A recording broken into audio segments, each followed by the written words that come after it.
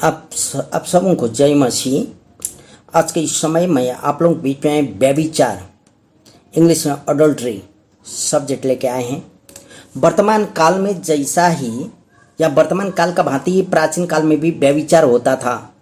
यदि आप उत्पत्ति का पुस्तक 38वां अध्याय 15 पद को देखेंगे, 15 पद से उधर तो तामार ने अपने ससुर यहूदा को के साथ भी छल करके विधवा का ड्रेस उतार के वेश्या बन के वहाँ वेश्यागमन किया हुआ बात हम लोग पाते हैं। इससे यह मालूम चलता है इसका बात और भी बहुत है पुराना नियम में जहाँ व्यभिचार होता था। व्यभिचार का मतलब विशेष योग्यता को तोड़ना, विशेष योग्यता के ऊपर में अविश्वासी बनना।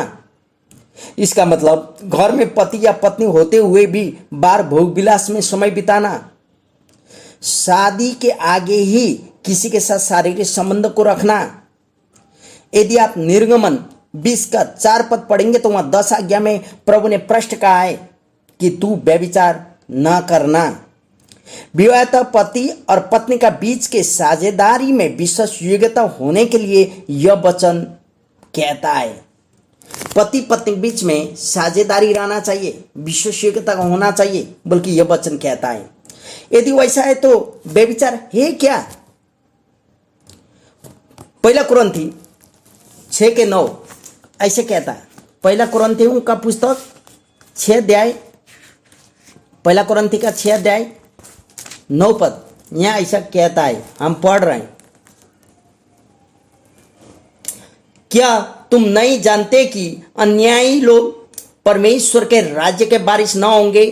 धोखा न खाओ, न वेश्यागामी, न मूर्ति पूजक, न परस्त्रीगामी, न लुच्चे, न पुरुषगामी। यह कहता है कि पुरुषगामी व्यभिचार है। यही वचन में यहां हम लोग जानते हैं कि अपने पुरुषत्व का दुरुपयोग करना या मास्टरबीटिंग, अष्टमैथुन, ये भी व्यभिचार है। वेश्यागामी, वेश्या के साथ यौन संबंध रखना, ये भी व्यभिचार है। अत्यधिक अनुराग होना, यदि आप पढ़ेंगे कुलुसियों की पुस्तक 3 अध्याय तो वहां आप पाते हैं 5वां पद। कुलुसियों की पुस्तक 3 अध्याय और 5वां पद यहाँ ऐसे कहता है, इसलिए अपने उन अंगों को मार डालो जो पृथ्वी पर है, अर्थात व्यभिचार, अशुद्धता, दुष्कामना, बुरी लालसा और लोभ को जो मूर्ति पूजा के बराबर है। हालेलुया। यहाँ कुलुसियों की पुस्तक 3 का 5 कहता है, अत्यधिक अनुराग होना या लट्टू हो जाने वाला प्रेम जो निर्लज्जता है, अत्यधिक है, असंयम है, अव्यवहारिक है, इसको भी आप और मुझे छोड़ना होगा। और दूसरा रोमियो की पुस्तक 1 का 27वां पद यदि आप देखेंगे, रोमी चैप्टर 1 वर्स 27, रोमी 1 का 27 यहाँ ऐसा कहता है, हम पढ़ रहे हैं 1 का 27 हम पढ़ के सुना रहे हैं। यहाँ यह कहता है, वैसे पुरुष भी स्त्रियों के साथ स्वाभाविक व्यवहार छोड़कर आपस में कामातुर होकर जलने लगे, और पुरुषों ने पुरुषों के साथ निर्लज्जता काम करके अपने भ्रम का ठीक फल पाया। हालेलुया। रोमी की पुस्तक 1 का 27 में समलिंगी कामुकता के बारे में कहता है, ये सदोम का पाप है। आप जानते हैं उत्पत्ति 19 अध्याय 5 पद में पुरुष पुरुष के साथ, स्त्री स्त्री के साथ वहां व्यभिचार होता था। वैसे स्त्री समलिंगिता का बारे में भी रोमी का 1 अध्याय 27 पद हम लोग जानते हैं, स्त्री स्त्री के पास यौन संबंध रखना, ये भी स्त्री समलिंगिता का व्यभिचार में आता है। और फिर कुलुसियों पुस्तक 3 का 5 हम लोग पढ़ चुके हैं। पहला थेसलोनिकी 4 का 5 यदि आप पढ़ेंगे तो यहाँ आपको मालूम चलता, पहला थेसलोनिकी की पुस्तक, पहला थेसलोनिकी 4 का 5 यहाँ ऐसा कहता है, पहला थेसलोनिकी 4 अध्याय 5 पद हम पढ़ रहे हैं। यहाँ ऐसा कहता है, और यह काम अभिलाषा से नहीं और न उन जातियों के समान जो परमेश्वर को नहीं जानते। हालेलुया। अभिलाषा में रहना, यहाँ पहला थेसलोनिकी 4 का 5 भी यही बोलता, दुष्ट काम वासना, कुलुसियों के पुस्तक 3:5 में बोला जैसा अभिलाषी बनना ये भी दंडनीय है। वासना और कामुकता का इच्छा में लुप्त होना ये भी व्यभिचार है। मेरे प्रियो, वैसे तो प्रभु यीशु ने सुसमाचार का पुस्तक मत्ती की पुस्तक में क्या कहा है देखें। प्रभु यीशु स्वयं मत्ती की पुस्तक 5वां अध्याय 27 से 32 तक यदि हम पढ़ेंगे तो वहां पाएंगे, वहां ऐसा बोलता, तुम सुन चुके हो कि कहा गया था व्यभिचार न करना, परंतु मैं तुमसे यह कहता हूं कि जो कोई किसी स्त्री पर कुदृष्टि डाले वह अपने मन में उससे व्यभिचार कर चुका। यदि तेरी दाहिने आंख तुझे ठोकर खिलाए तो उसे निकाल कर फेंक दे, क्योंकि तेरे लिए यही भला है कि तेरे अंगों में से एक नष्ट हो जाए और तेरा सारा शरीर नरक में न डाला जाए। यदि तेरा दाहिना हाथ तुझे ठोकर खिलाए तो उसको काट कर फेंक दे, क्योंकि तेरे लिए यही भला है कि तेरे अंगों में से एक नष्ट हो जाए और तेरा सारा शरीर नरक में न डाला जाए। हालेलुया। परमेश्वर का वचन पढ़ाए जाने और सुनाए जाने प्रति प्रभु आशीष दे। 27 पद बोलता, व्यभिचार ना करना, जो हम ऊपर पढ़ चुके हैं उस सारे चीज को आप और मुझे एक विश्वासी बनने के कारण रोकना होगा, नहीं करना होगा। 28वां पद फिर बोलता, परंतु मैं तुमसे यह कहता हूं कि जो कोई किसी स्त्री पर कुदृष्टि डाले वह अपने मन में उससे व्यभिचार कर चुका है। किसी स्त्री पर या किसी पुरुष पर कुदृष्टि डाले तो वह अपने मन में उससे व्यभिचार कर चुका है। व्यभिचार शरीर का बाहर नहीं होता है, लेकिन शरीर से शरीर में होता है, शरीर का अंदर होता है। मेरे प्रियो, हमने भी, मेरा थोड़ा सा कुछ बातें बताने चाहता हूं, हम भी टीनेजर का समय में प्रभु पाए हैं। अभी लगभग 43-44 साल के हो चुके हैं। भजन संहिता 119 का 9 से 11 तक का वचन हम एक बार पढ़ के सुनाएंगे, जिससे मुझे परमेश्वर ने सुरक्षित रहने में मदद किया। भजन संहिता 119 का 9, 10, 11 यहाँ ऐसा बोलता कि जो वचन से प्रभु मुझे बचाया वही वचन हम। जवान अपनी चाल को किस उपाय से शुद्ध रखे, तेरे वचन के अनुसार सावधान रहने से। मैं पूरे मन से तेरी खोज में लगा हूं, मुझे तेरी आज्ञाओं की बाट से भटके न दे।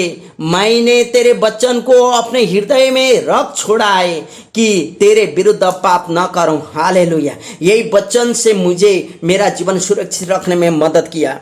इसलिए आज मैं अपना सेवकाई क्षेत्र में जितने भी टीनेजर बच्चियां हैं, आप सबों को मैं अपना बेटी के समान मानता हूं, इसलिए बेटी बोल के मैं संबोधन कर रहा हूं।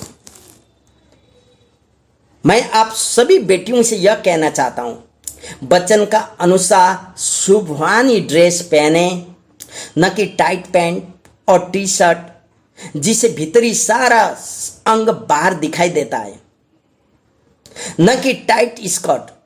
यदि आपको प्रभु कहे कि घुटना टेके प्रार्थना करो तो आप कैसे घुटना टेके प्रार्थना करेंगे मेरे बहन? इसीलिए मेरी बेटी, आपको मालूम नहीं होगा कि आपके द्वारा कोई व्यभिचार कर रहा है। क्या आप चाहते हैं कि आपके द्वारा किसी का जीवन नष्ट हो जाए? मैं मेरा सारे विश्वासी बेटियों को यही कहता हूं, परमेश्वर को पहला स्थान दे दें, परमेश्वर से संगति करें, वचन पढ़ें और सुहानी ड्रेस पहने, दूसरा का व्यभिचार करने मौका न दें। सभी शादीशुदा मेरा विश्वासी बहनों को मैं यह कहना चाहता हूं, आप अपना नाभि को ढकते रहें। क्यों आप दूसरों को व्यभिचार में डालेंगे? क्योंकि मत्ती का पुस्तक 5 का 28 पद अभी हम लोग पढ़े, कुदृष्टि डालने ना दें बोलता। नहीं तो ऐसा होगा जैसे घर का गेट बंद करने भूल जाए रात में, चोर कब आएगा और चोरी करके भाग जाएगा मालूम ही नहीं चलता। इसीलिए मेरे बहन, आप लोग दूसरा को व्यभिचार में मत डालें और व्यभिचार में जलने मत दें। भाई लोगों को भी मैं कहना चाहता हूं, अपना पेंट को कमर में ही रहने दें, नीचे गिरने ना देना। भजन संहिता 1 में बोलता है ना, संगत का कैसे संगत करना है आपको, उस संगत का अनुसार आप जीवन बिताएं तो आप व्यभिचार से बच सकते हैं मेरे भाई। मैं ये मैसेज खाली हम लोग का विश्वासी लोगों के लिए कह रहा हूं। यदि आप व्यभिचार में फंस चुके हैं, आपको लगता है कि अभी निकलने के लिए बहुत कठिन है, तो मेरे भाई और बहन आपको मैं उत्साहित करूंगा, किसी अच्छे आत्मिक अगुवा का सहारा ले लें जो आपको काउंसिल कर सके, और साथ में आप अपना मोबाइल से फोन साइट को हटा दें, कोई भी सेक्स फिल्म को ना देखें, नंगा फोटो ना देखें, सारा डिलीट कर दें। प्रभु के साथ प्रार्थना करें, बाइबल अध्ययन में समय बिताएं, उपवास में रहकर प्रार्थना करें। अवश्य प्रभु क्षमा करेगा, आपका प्रार्थना सुनेगा, आप और इस व्यभिचार का लतों से छुटकारा पा सकते हैं मेरे भाई। 29 पद यहाँ बोलता है ना, 29 पद क्या बोलता है? मत्ती रचित सुसमाचार 5 अध्याय का 29वां पद फिर हम एक बार पढ़ के सुनाएंगे। 5 का 29 पद यहाँ ऐसा कहता है कि यदि तेरी दाहिनी आंख तुझे ठोकर खिलाए तो उसे निकाल कर फेंक दे, क्योंकि तेरे लिए यही भला है कि तेरे अंगों में से एक नष्ट हो जाए और तेरा सारा शरीर नरक में न डाला जाए। हालेलुया। यह बोलता बुरे संगत है तो उसे छोड़ देना चाहिए ताकि आप और हम बच सकें। एक अंग आपको पाप करता है तो वो अंग को काटने का मतलब वही है। देखें यूसुफ का जीवन कैसे पोतीफर का पत्नी से वो भाग जाता है और वहां से व्यभिचार से वो बच जाता है, और बाद में चाहे जेल में रहना पड़े, चाहे जो आशीष देखिए मिस्र का एक अधिपति बन जाता, प्रधानमंत्री बन जाता। आशीष थोड़ा सा व्यभिचार से बचने से वो जानता था परमेश्वर का प्रेम को, इसलिए ना वो भाग लिया। इसीलिए आप और मुझे भी सोचना होगा। लेकिन सैमसन नहीं भाग पाया। सामसन ने परमेश्वर के वचन को अनहोना किया, नहीं माना और बेश्या के साथ शादी किया, और लास्ट में सैमसन का लाइफ क्या हुआ आप जानते हैं, मरना पड़ा। यदि नीति वचन 2 अध्याय 16 से 19 तक आप पढ़ेंगे, नीति वचन 2 अध्याय 16 से 19 तक, नीति वचन का 2 अध्याय हम पढ़ रहे हैं, 16 से 19 तक क्या लिखता है हम पढ़ते रहे 16 से 19। तब तू पराई स्त्री से भी बचेगा जो चिकनी चुपड़ी बातें बोलती है और अपनी जवानी के साथी को छोड़ देती, और जो अपने परमेश्वर की वाचा को भूल जाती है। उसका घर मृत्यु की ढलान पर है और उसकी डगरे मरे हुओं के बीच पहुंचाते हैं।